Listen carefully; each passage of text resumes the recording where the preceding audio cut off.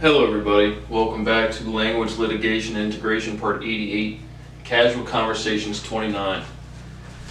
As always in these ones, some talking points, current events. We'll talk more about COVID, obviously. Hopefully going to be moving on from this soon.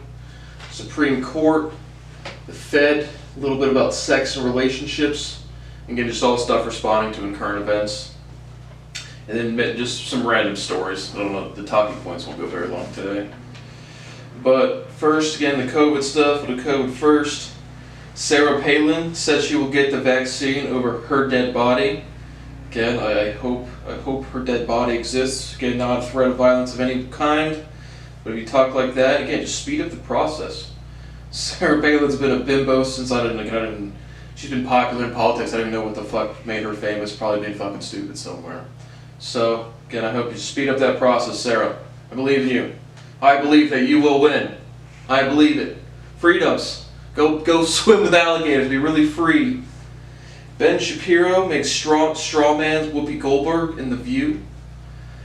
He on one of his clips, I don't know, he uploads all the time, but it's dangerous to, or this is Whoopi saying, paraphrased, it's dangerous to the people who can't get vaccinated. Meaning, again, I forget exactly what Ben said, but again, we've gotten Ben, he is saying the vaccine works, but he's saying it's dangerous to the people who can't get vaccinated, just again, not either getting vaccinated or wearing a mask. And then someone else on The View says, I won't ever feel comfortable without a mask, and wearing one is up to me. And then Ben says the left wants you to do what they do. Just wearing a mask is up to me. That's what she said. Like literally, that's what she said on the View host. So I don't know how that's trying to control you, Ben. She wants to wear a mask, and again, as a snow skier, like every single time I've ever gone skiing, I wear a thing that goes like it covers basically anything besides your eyes, covers your nose, your mouth, the whole thing. So they get breathing, and remember, breathe through your diaphragm, boys and girls. Big breath in.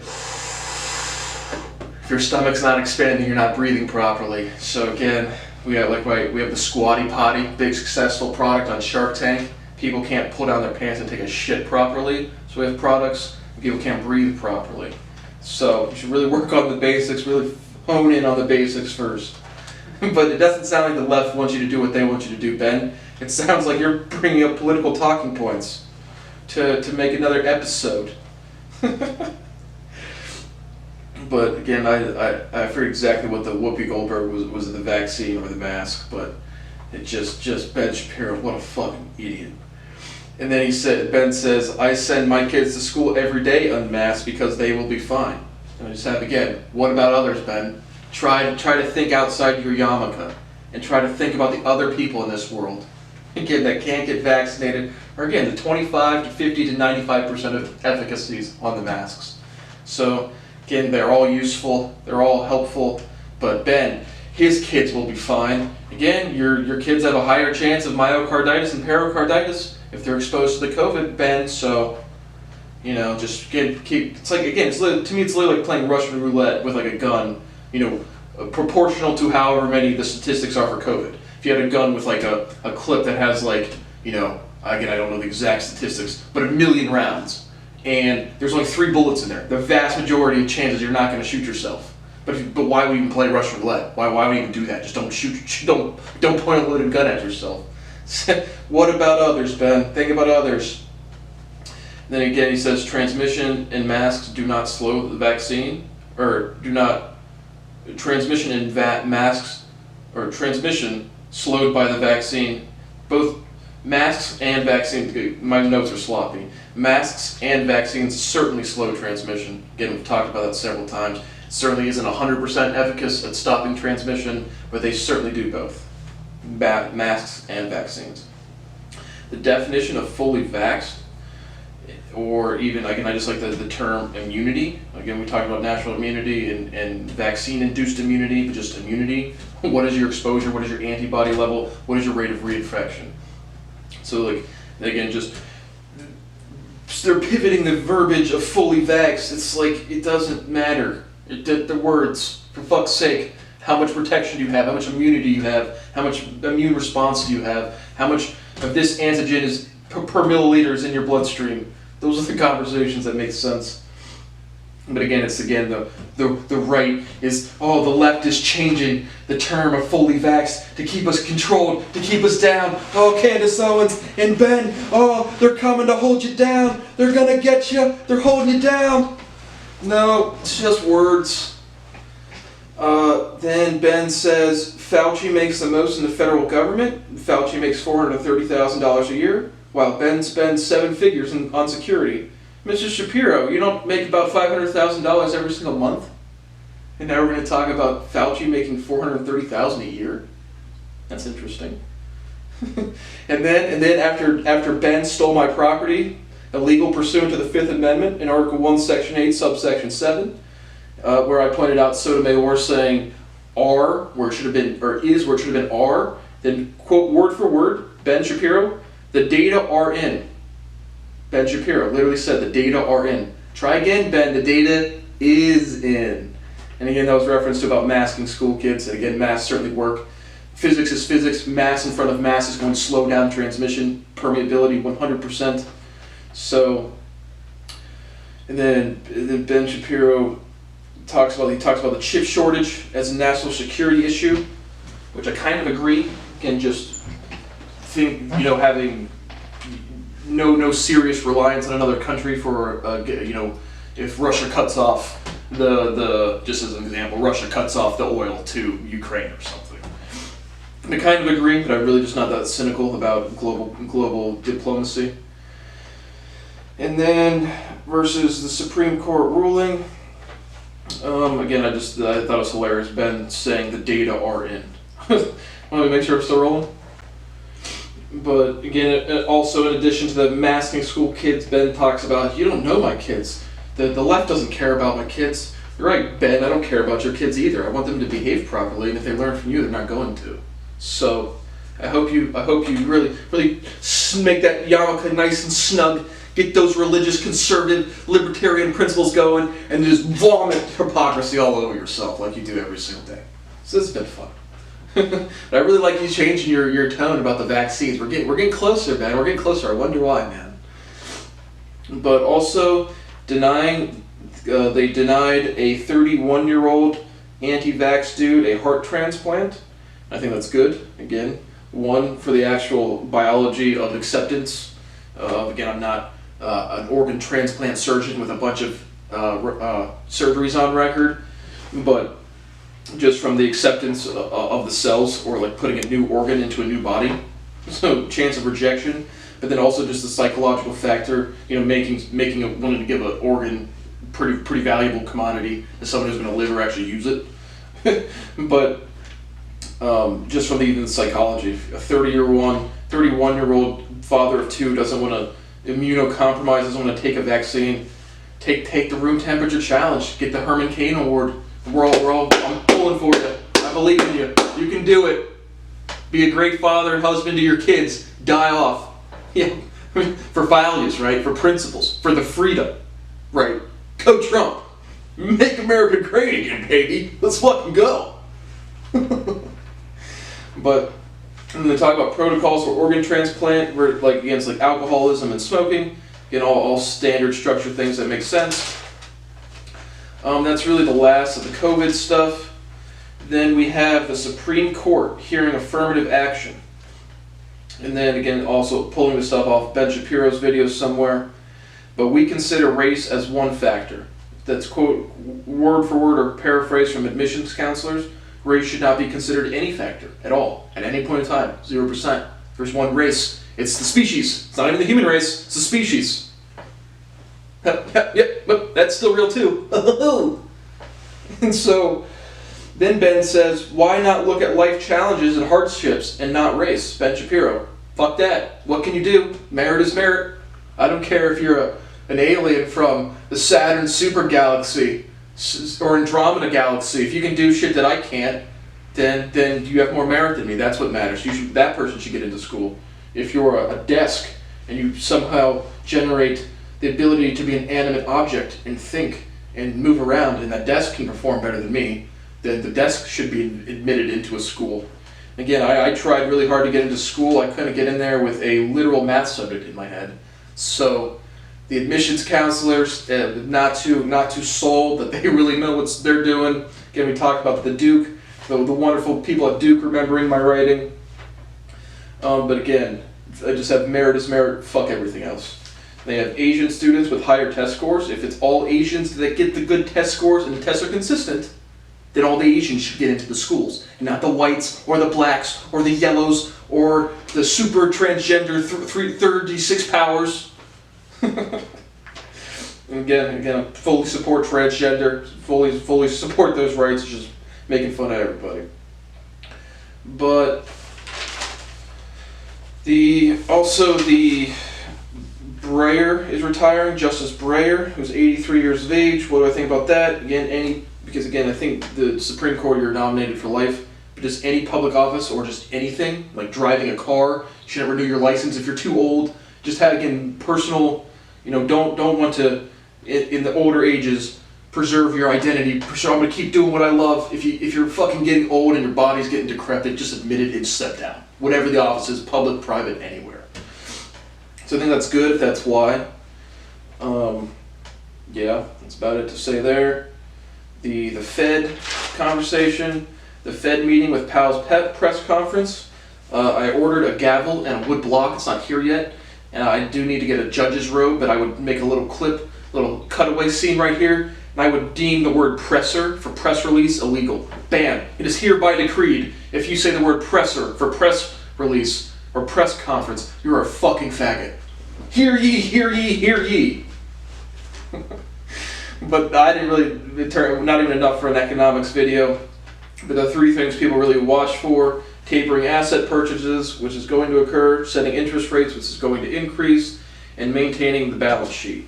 Which I'm not even sure what are they, what's being held, or what thing about the balance sheet would people care the most about. I didn't really see much of a market reaction. And again, I don't really expect much. Independent business versus some fiscal policy. Innovation, running a business is certainly going to matter way more in terms of trading, in terms of price action movement. So I saw it was pretty neutral, nothing unexpected, and any economic correlation that anybody else is drawing, I really don't see it as solidified. Could it be there? Certainly, maybe, but 100% correlation, 70% correlation, 50% correlation, I'm not convinced. Then that's really it there.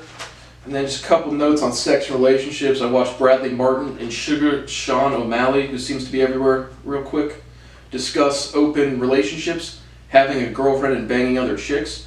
I don't see it as a moral flaw. Like he keeps saying, like Sean O'Malley says, I know I'm not a bad person. I don't think having sex with a lot of people is being bad in any way. I really think it's a reflection of insecurity. Everybody fucks, or at least wants to fuck, like me.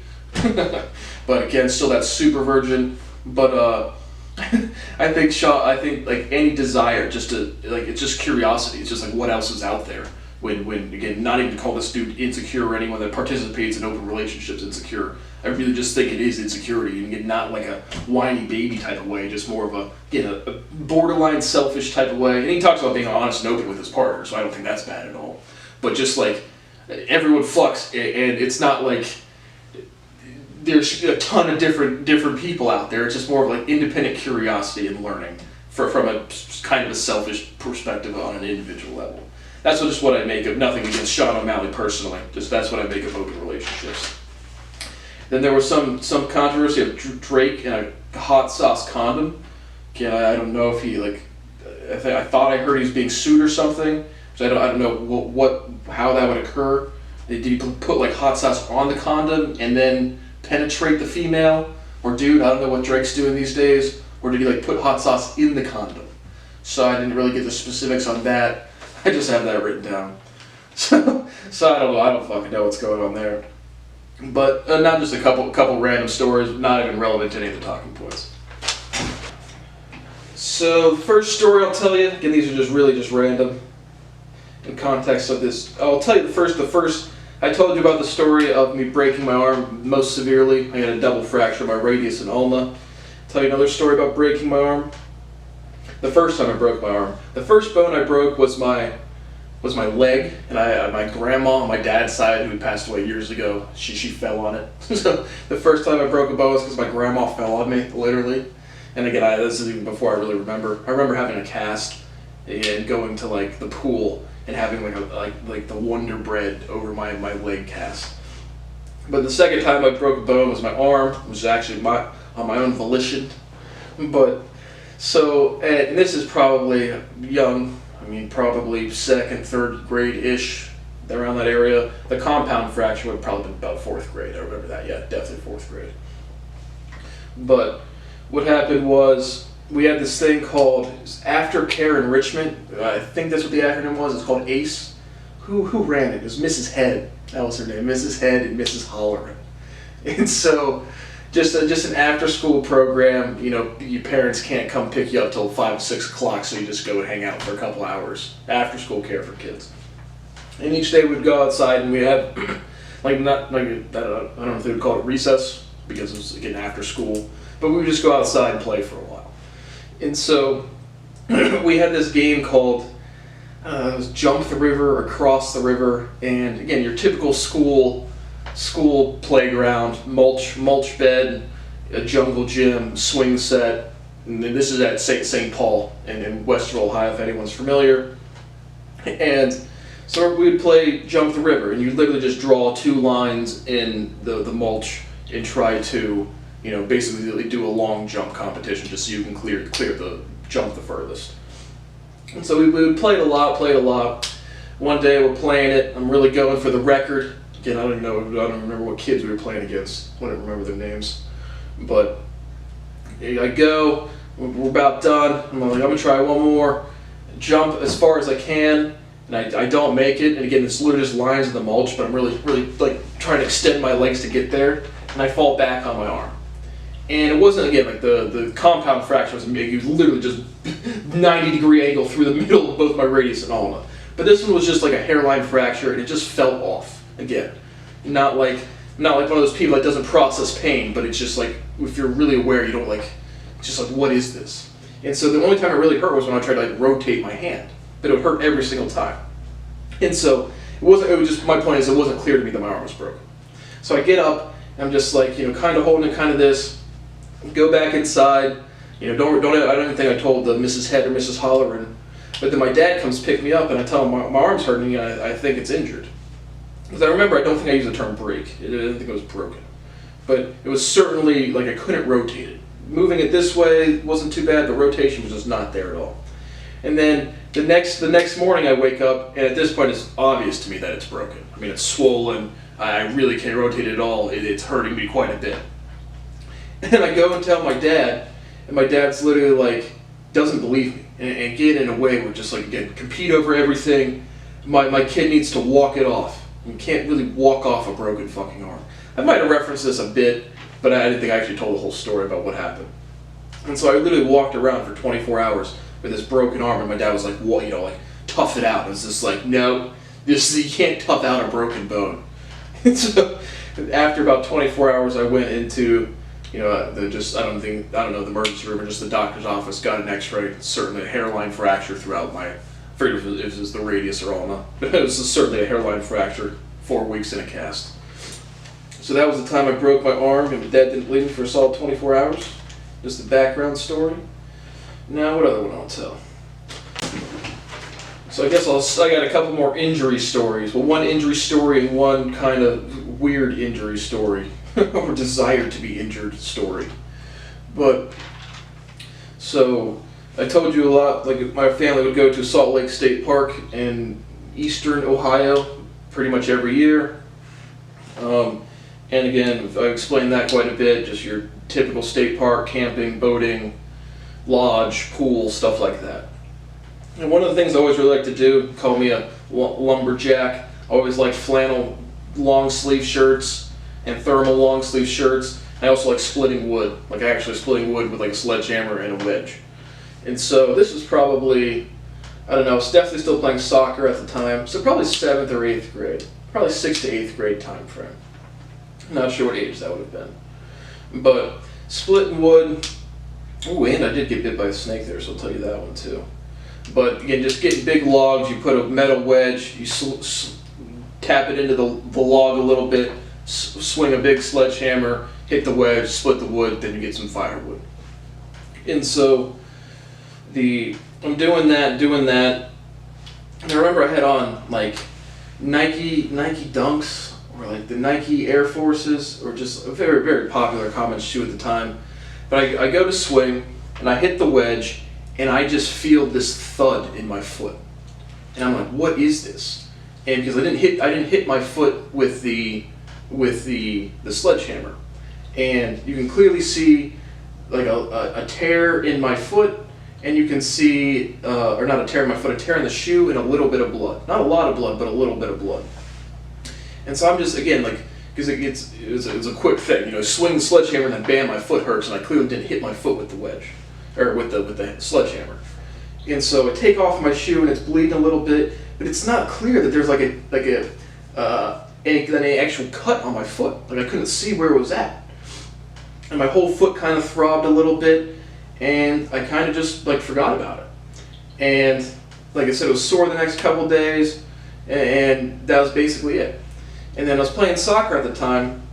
Go back, this is probably 2-3 weeks later, and I'm at soccer practice. My foot starts kind of like hurting again, and I go to take off my shoe, and you can see this little sliver of metal starting to come out of my foot, and it was so thin that I didn't, like I said, when it actually happened, I didn't even notice it going into my foot. But again, at the time, I was, like I said, not super young, but kind of young. And how, like, looking back on it, how I didn't realize something actually went into my foot, I just don't know. You know, because I clearly saw blood. And I was just like, but I couldn't see like where the fuck the thing went in my foot. And so I have this little scar right on the big knuckle of my big toe on my left side of my foot. Because when the piece of metal came out at soccer practice, and it was so thin that it just, you know, must have cut into my foot, buried itself, lodged itself, and again, just a little sliver, nothing super big, and just like the skin almost like folded back over, and I just couldn't see the cut. So that was the time I actually, again, I would say definitely never been shot, but I definitely had a piece of shrapnel go into my foot and that little scar on my foot to prove it. So that was kind of an interesting story. But I also did get bit by a snake at Salt Fork State Park. Not a super interesting story, but again, they just have they have a big beach area, they have a bunch of lakefront cabins, and on that lakefront, it's not the big beach, but it's just a little beach section. But you can I don't even know if you're supposed to swim in the lake without anything, but I mean everyone does, or we did at least. I still do, but I was just wading like knee deep in just the beginning of the water in the lake. And if anyone knows the area, it's probably, I don't know, cabins like 11 and 13. So there's this nice little cove area right before the beach. Beach is a little farther up, closer to the dock. But just wading in the water, and then again just feel something. And this would have been before or after the wedge thing. This would have been after, because again I don't know. Probably again we would go to this lake every single year. And so I'm not sure what if it was before or after the wedge incident. But I'm wading in the water, and I just feel this thing latch onto my foot. And I just look down again, like not really knowing what's going on, just like knee-jerk reaction, and I see a snake swim away. So I'm all freaked out, getting a pretty young kid. You know, I was certainly afraid of the fish. I'm not the guy that likes to go into the water or go into the ocean and stick my feet straight down thinking someone's going to bite me or something. And so just literally saw the snake swim away. And again, I'm not really sure what type of snake it is, what's going on, but I'm just freaking out because I saw something bit me. Get out of the water. Clearly have two little fang marks right on it wasn't the same area. I can't remember if it was my left or right foot, but no really marking there to hold on.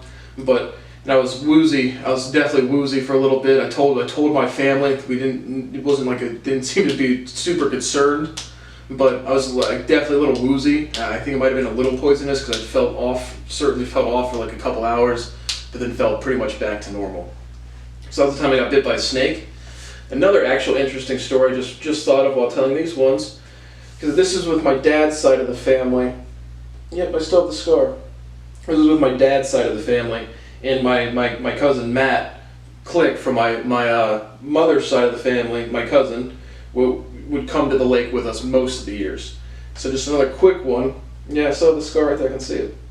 But we would go tubing. My dad would borrow a speedboat from one of my brother's baseball friends, and we would go skiing, tubing, go out in the lake. And one time when we're tubing, there's a dead catfish floating around in the lake.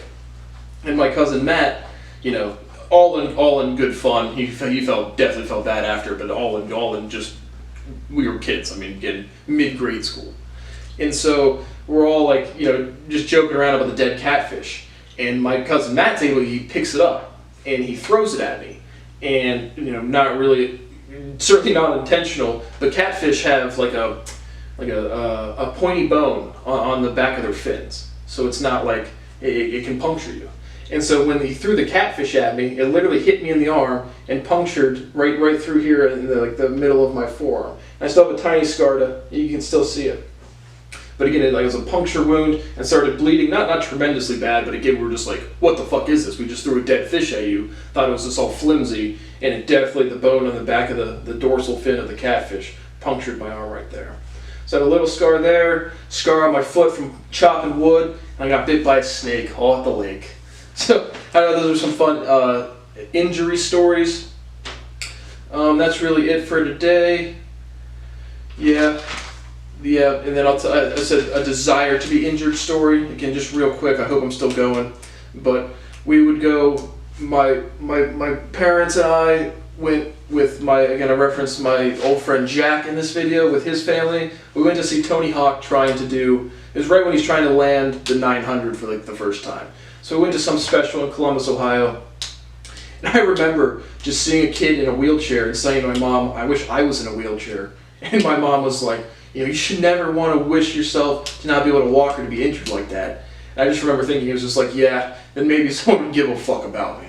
And that was when I was real young. And to this day, I still do not have human rights. I cannot have any sort of identity because people will not let me participate in species. So that's what I have for today. Language Litigation Integration Part 88, Casual Conversations 29. And I will be back with a music piece either today or tomorrow. Thanks for watching. See you next time.